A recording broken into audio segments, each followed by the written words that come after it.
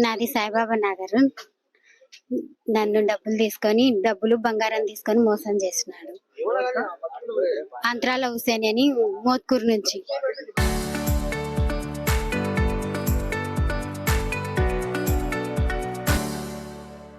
వచ్చినాడు ఆయన, మాకు తెలిసిన మనిషి.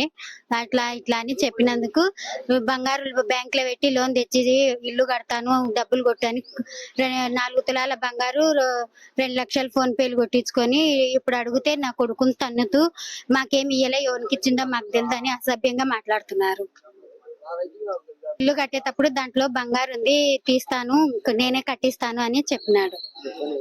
గుప్త నిధులు అవి ఉన్నాయి, మీకు తెలియదు అది తీసే విధానం, మేమే తీసి నేనే కట్టిస్తాను, నాకు డబ్బులు బంగారు ఇస్తే నేనే లోన్ పెట్టి అన్ని చేస్తాను, మీరు నిదానంగా దిద్దుకోండి, ఇప్పిస్తాను నేనే అని చెప్పింటే ఇచ్చినాను.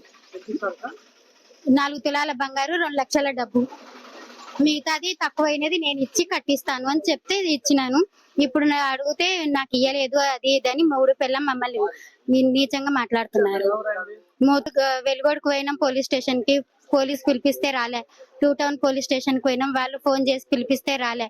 అక్కడ నుంచి ఆత్మకూరు నుంచి లాయర్ తో ఫోన్ చేపించి మాట్లాడిస్తున్నారు కానీ వాళ్ళైతే రావడం లేదు. మాకు న్యాయం కావాలని మేము మీ దగ్గరికి వచ్చినాం, ఎస్పీ ఆఫీస్ కి వచ్చినాం.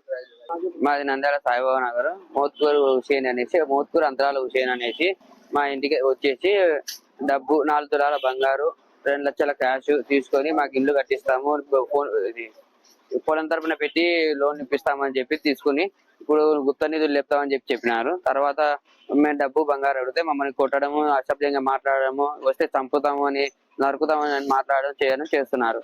2 టౌన్ కాడికి పోయినాము, రాలేదు. పోలీసు వాళ్ళు పిలిపిస్తే, వెలుగోడు పోలీస్ స్టేషన్ పోయి పిలిపిస్తే అక్కడికి రాలేదు.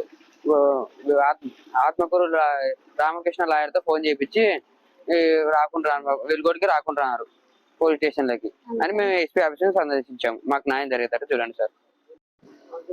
మా స్థలంలో గుప్త నిధులు ఉన్నాయి, లేపుతాము, అంతరాలు వేసి లేపుతాము అని చెప్పాడు. గుప్త నిధులు లేపుతామని చెప్పాడు. అందుకని వాళ్ళకు డబ్బులు బంగారు ఇచ్చాము మేము. తర్వాత అడిగితే చంపుతాం, పొడుస్తామని అంటున్నారు. తీయలేదు. అప్పుడు వచ్చి తీస్తాం, ఇప్పుడు వచ్చి తీస్తాం అంటున్నారు కానీ రాకుండా అని జరుపుతున్నాడు కానీ రాకుంటున్నాడు, తీయకుంటున్నాడు.